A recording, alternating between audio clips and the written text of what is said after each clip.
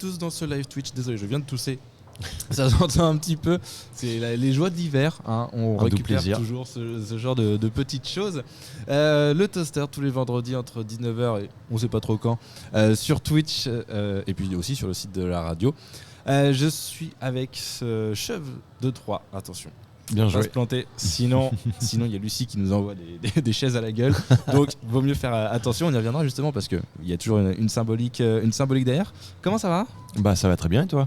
Ça va. Écoute, la semaine a été plutôt bonne, en pleine préparation du salon de la musique. Donc là, je suis content aussi de décompresser un petit peu en live avec toi et de te recevoir pour parler un petit peu des nombreux projets que tu as en ce moment et qui avancent pas mal. Surtout qu'il y a des bonnes nouvelles en plus qui sont tombées. Plutôt, ouais. On l'a appris récemment.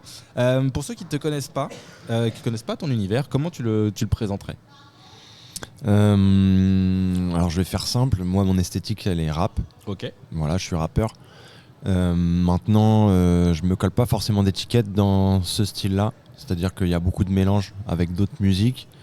Et je peux aussi bien faire du rap un petit peu old school, comme on peut dire, que du moderne. Je me fixe pas de limite. Il y a même des mélanges avec des vrais musiciens. Enfin, tout est possible. Quand on dit rappeur, c'est aussi large que dire jazzman, que dire faire de la pop. C'est un univers super large.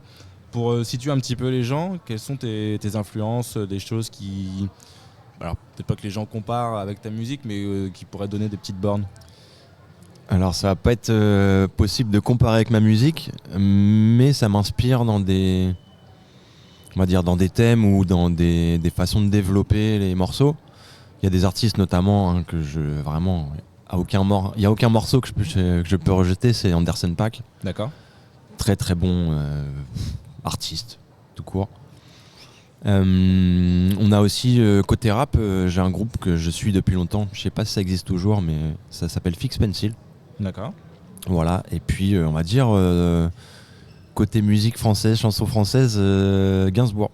D'accord, c'est rigolo parce que tous les rappeurs qu'on a eu, qui sont passés par ici, il y a toujours des influences, toujours rap évidemment, souvent assez old school. Il y a toujours un artiste comme ça un petit peu à côté. Ouais. On se demande tiens, et qui viennent toujours rapporter. C'est vraiment toujours assez rigolo d'avoir ça avec les rappeurs. Depuis combien de temps tu rappes ? Un moment. On va te taire les dates, tout ça, mais ça fait un moment. Ça fait mal au... Non, mais disons qu'en fait j'ai fait plusieurs choses dans ma carrière, entre guillemets. Plusieurs noms, plusieurs projets ? Plusieurs noms, plusieurs projets, plusieurs groupes. D'accord. Il s'est passé des choses en fait. Et puis après il y a eu un tournant, on est passé à Chef de 3. D'accord. Donc ça fait 2 ans, depuis le 2023. D'accord. Et c'est maintenant là-dessus que je défends vraiment ma musique. En solo du coup. Ok. Donc du coup tu es passé sur des formats plutôt groupe, passer à des formats plutôt solo. C'est ça. C'était une petite lassitude, peut-être une envie de faire par toi-même ? Ouais, c'est bien aussi quand t'es dans un groupe, il y a une espèce d'émulation, on est tous ensemble, tout le monde fait sa part du gâteau, entre guillemets. Alors que quand t'es tout seul, vraiment, t'es vraiment au centre du truc et tu fais ce que tu veux, en fait. Et ça, c'était intéressant de le faire pour moi et aussi de voir toutes les facettes qu'il y a dans un projet musical. Parce qu'il n'y a pas que l'écriture, par exemple, pour un rappeur, il y a beaucoup de choses derrière. Ça se saurait. Malheureusement, s'il n'y avait plus que... les artistes pouvaient se consacrer uniquement à la musique, malheureusement, de plus en plus, il faut quand même être... multicasquette. Très très multicasquette et puis bien gérer des aspects des fois plus communication aussi que des projets artistiques. Après on peut... Oh, tes souhaits.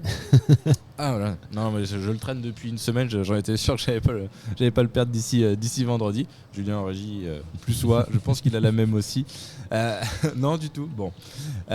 Lui a gueule de bois, c'est pas pareil. Pour des raisons que nous tairons. Non, ça va.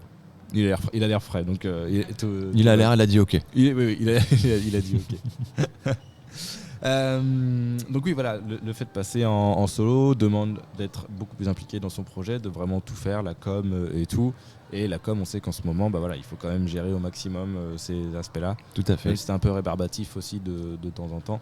Mais malheureusement, si on veut avoir des gens qui écoutent notre musique, il faut aussi... Il faut gérer les autres choses de la musique. Voilà. Ce nom Chef de 3, qui est très important à citer justement en 2-3, d'où il vient, quelle est la signification ? Est-ce qu'il y a un truc derrière ? Ouais, en fait, c'est. Tu peux ne pas raconter si c'est. Je crois que c'est plus un secret maintenant, on peut sortir tout ça. En fait, mon surnom, ça a toujours été Cheuve. On m'a toujours appelé comme ça. Okay. Voilà. Avant, j'avais un autre nom, mais les gens, en fait, même sur scène, dans les groupes, m'appelaient par mon surnom. Donc c'était un peu perturbant. Et du coup, je l'ai gardé. Et le 2-3, en fait, c'est Cheval de Troie. Voilà. Wow, ça y est, tout rentre, tout s'imbrique. Ok. Donc le but de s'infiltrer dans la musique. Cheval de Troie. Ouais. Alors j'ai vu, en faisant des petites recherches, il y a un autre rappeur qui s'appelle Cheu. Donc là, pareil, ça permet aussi de se distinguer. Localement, il y avait un sujet entre un artiste pop et un rappeur, où les deux avaient le même nom. Et c'est compliqué. Il y en a un des deux qui a dû céder. Oui. Donc en l'occurrence, c'est l'artiste Armand qui avait dû céder. Et qui avait écrit du coup après une chanson qui s'appelait Mon nom, enfin ton nom, en référence à ce déboire qui, quand tu montes ton projet musical qui a un autre mec c'est compliqué, c'est vite compliqué. Qui cède parce que les deux ont... Si ça vous arrive, petit conseil dans ces cas-là, gardez bien toutes vos affiches de concert, tous vos flyers que vous avez pu faire pour votre promo. Ça peut faire foi de qui a le nom en premier. Ok. Voilà. Très bien. Il y a la SACEM sinon après. Il y a la SACEM, mais si t'es pas encore déclaré en SACEM, les noms comme ça font foi, et puis tu peux aussi déposer ton nom après de manière plus vraiment beaucoup plus institutionnelle à l'INPI. C'était la petite parenthèse juridique sur le nom de. Merci. Sur le nom, ça peut toujours servir, on sait jamais. S'il y en a un autre qui a décidé de. Globalement, si vous voyez qu'il y a un nom.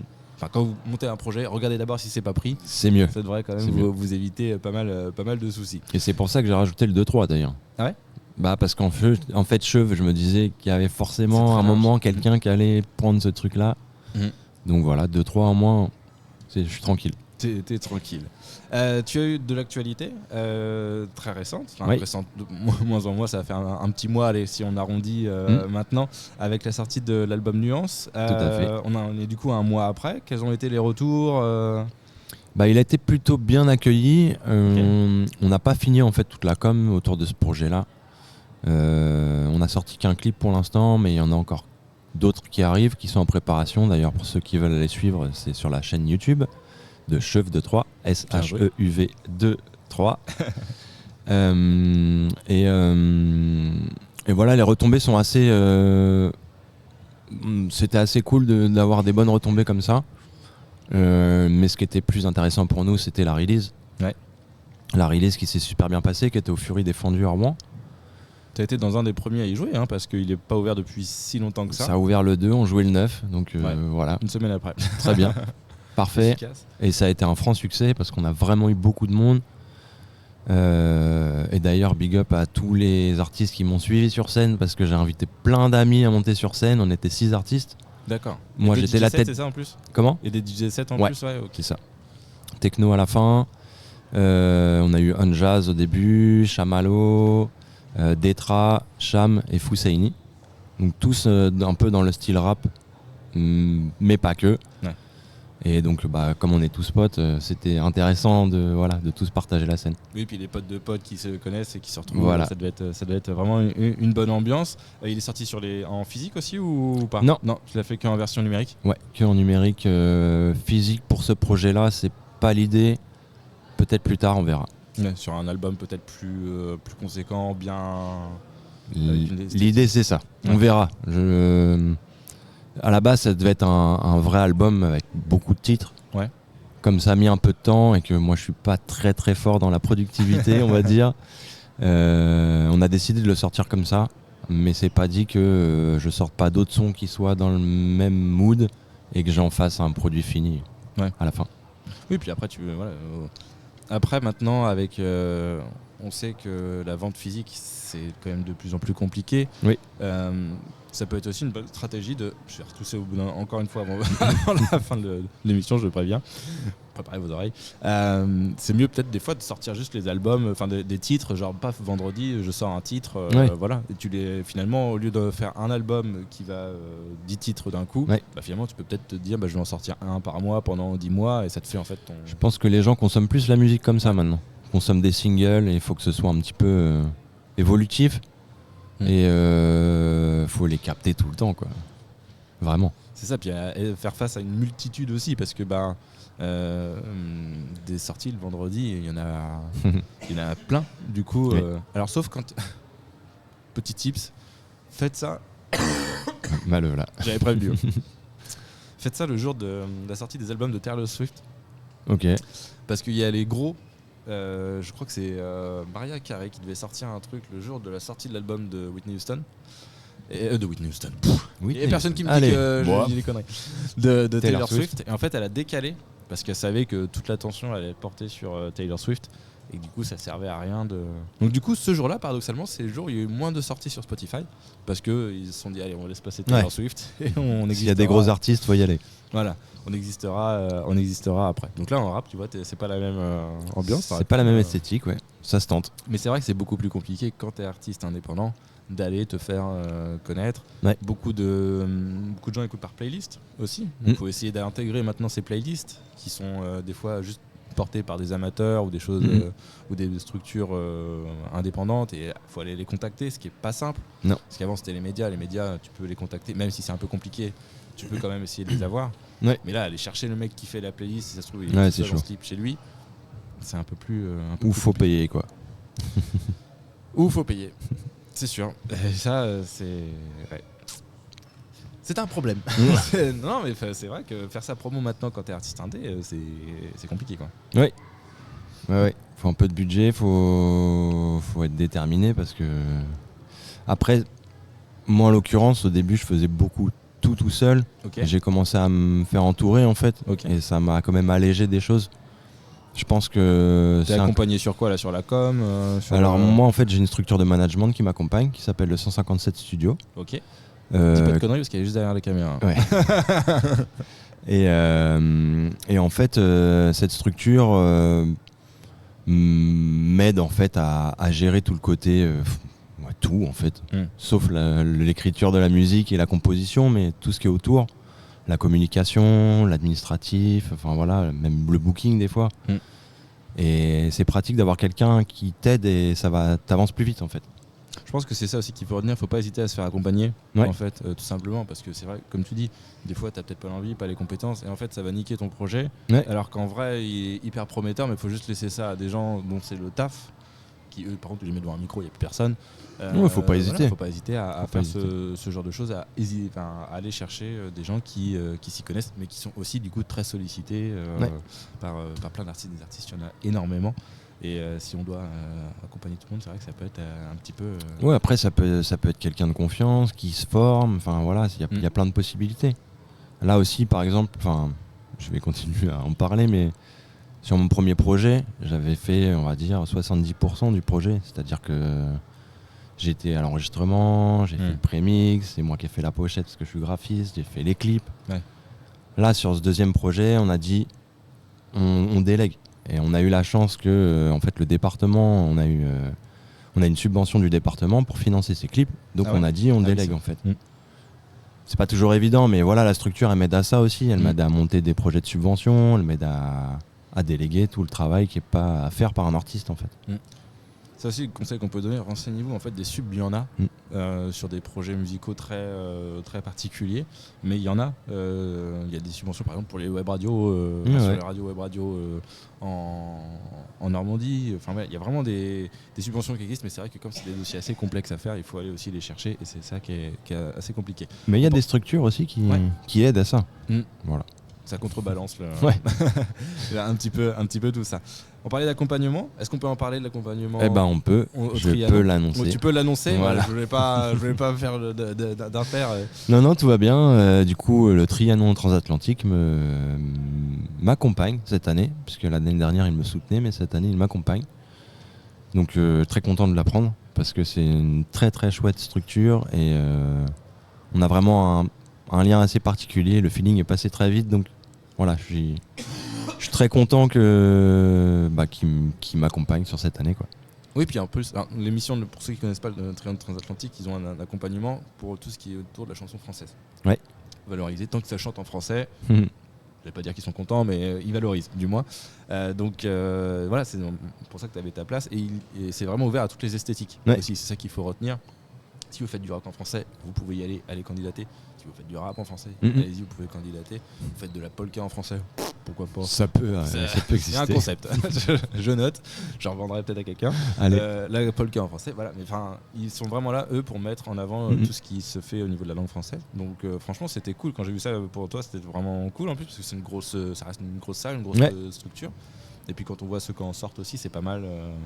Je suis très content. Voilà. Je sais pas quoi dire de plus, mais concrètement, l'accompagnement, il va se formaliser sur quoi ? Alors pour l'instant, le dossier est pas complètement finalisé. Il a fallu que je leur demande des choses sur lesquelles je voulais qu'ils m'accompagnent. D'accord. Maintenant, on va voir comment on peut mettre tout ça en place parce que tout n'est pas forcément possible. Eux aussi, ils ont des partenariats avec d'autres structures, donc ils peuvent aussi nous aiguiller sur d'autres choses. Mais l'accompagnement, il est aussi là-dessus. C'est-à-dire que s'ils peuvent pas le faire, ils vont nous aider à aller voir quelqu'un d'autre. Ils sont pas fermés là-dessus. Oui, tu bénéficies aussi de leur réseau qui est hyper important. Voilà. Après, l'intitulé général, on va dire l'idée générale, c'était de m'aider sur du live. Ouais. Voilà. Principalement. C'est un peu sur la presta scénique et tout. Presta scénique et nouvelle composition live aussi pour le coup. Voilà, parce que j'ai sorti un projet qui était particulier, La Nuance. Ouais. En quoi il était particulier pour ceux qui ne connaissent pas La question piège. La question piège. Si tu veux, je tousse pour te laisser 2-3 secondes. Déjà, il était plus moderne que le premier. Ok. Dans l'esthétique, j'ai été chercher des trucs, des sonorités beaucoup plus modernes et trap, pour ceux qui connaissent. Mais pas que, parce que j'ai fait des mélanges, en fait. J'ai fait de la fusion avec des inspirations pop. Par exemple sur Corail avec un featuring avec une artiste rouennaise qui s'appelle Just Alone, qui fait de la folk à la base. C'était il y a 6 mois exactement là où tu es. Voilà. J'ai aussi été chercher des inspirations dans le métal sur un morceau. Voilà, donc il y a différentes inspirations et je voulais ce mélange. Je voulais ce mélange, que ça soit pas seulement un projet qui soit dans une sonorité, mais qu'il y ait des mélanges de plein de choses.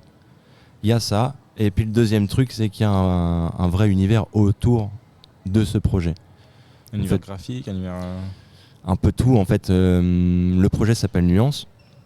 En fait, je suis parti des nuances de couleurs. En fait, d'où vous pouvez voir aussi la magnifique veste voilà, avec les fleurs. Friser la colo de la caméra. Enfin, qui met plutôt en avant les bonnes couleurs de cette caméra. On peut refaire zoomer sur la veste. Franchement, c'est pas... Ça passe bien. Julien, est-ce que tu peux... Voilà. Non, c'est assez fidèle. Pour ceux qui... C'est assez fidèle. Franchement, c'est pas mal. Donc il y a un univers graphique en fait autour de la couleur, des nuances de couleurs, nuancer son propos. Et en fait, j'ai décliné tout ça autour de chaque couleur. Chaque couleur a un mood. Et c'est pour ça que je voulais des mélanges, parce que par exemple sur Corail, il y a de la pop, mais c'était pas que dans cette idée-là, c'était aussi, c'est Corail, ce son il est dans ce mood-là, on va mélanger avec ce truc-là, et voilà, il y avait des idées derrière. Ok. Voilà. Bon. Non mais c'est bien aussi d'avoir des albums des fois qui sont construits avec un début, une fin. Ouais. Souvent des fois on a des albums, c'est des EP, ils ont 5 titres, ils font un EP et bam. Oui. C'est bien aussi d'avoir une réflexion autour du un concept. En plus, comme tu dis que t'es graphiste, c'est vrai que ça te permet d'aller voir un petit peu plus loin sur le truc et d'aller vraiment apporter au fur et à mesure. C'était l'idée. Tout ça. Et c'est un très beau projet en tout cas. Merci beaucoup. En 2 ans, c'est un beau chemin parcouru pour ce projet-là. On lui souhaite d'aller encore plus loin. Au niveau des réseaux sociaux, est-ce qu'on peut te trouver ? Alors moi je suis sur Instagram et Facebook. Ok. Chef de 3. Sur YouTube. Puis sur toutes les plateformes de streaming. Les plus connues et Bandcamp ? Non. Celle qui rémunère le plus les artistes ? Ouais, mais c'est la plus chiante où il faut se mettre. Je sais pas pourquoi. Bandcamp, SoundCloud, je l'ai pas fait pour mutualiser plus sur les plateformes en fait. C'est une stratégie aussi qui est intéressante. Mais c'est vrai que... Comme par exemple mon projet il est pas sur YouTube Studio. D'accord. Je le mets pas volontairement parce que toute la partie YouTube je la gère moi de l'autre côté avec des aspects visuels. D'accord. Je veux pas qu'en fait la plateforme elle mélange en fait les trucs. YouTube Music en l'occurrence. YouTube Music, voilà, cherchez. YouTube Studio, c'est là où on met les vidéos. Ouais. J'aurais fait la même boulette que toi, mais t'inquiète pas. C'était super cool de t'avoir. C'était vraiment une bonne découverte. On te souhaite le meilleur pour la suite. Merci beaucoup. Voilà, on espère que tu reviendras ici avec plein d'autres bonnes nouvelles encore à nous raconter. Merci beaucoup pour l'accueil. On est très bien accueillis et le studio est magnifique. Oui, les gens ne le voient pas en entier, mais c'est vrai, on est plutôt fiers. Il faudra essayer de faire parce qu'on va bientôt changer. Merci à tous d'avoir suivi ce live, ça a été un plaisir. Désolé pour les tout sautements intempestifs, mais bon, tout le monde est malade, c'est l'hiver. Vous en entendez encore un, mais ça vient de la régie. On se retrouve donc la semaine prochaine avec encore un joli programme à définir. Et après en novembre, on se retrouvera un petit peu moins puisqu'on a nous des prestats assurés en extérieur. Et puis on a surtout le salon de la musique aussi qui arrivera le 23 novembre. Et puis après, on va se reposer du salon de la musique parce que c'est un petit peu fatigant. Et on se retrouvera après jusqu'en décembre pour tout plein d'émissions, faire découvrir encore plein d'artistes du coin, puisque c'est ça qui nous motive. Et tu parles de décembre, j'en profite pour faire un petit coup de com'. Le 4 décembre, au Trianon Transatlantique, il y aura un concert de Chef de Troyes et de Fousseini. Nickel. Voilà. Réservez vite parce qu'au Trianon, ça défile assez vite. Ça n'est pas immense non plus. On salue Stéphanie d'ailleurs, qui est à la com du Trianon au passage. Merci à tous et puis à la semaine prochaine. Merci encore.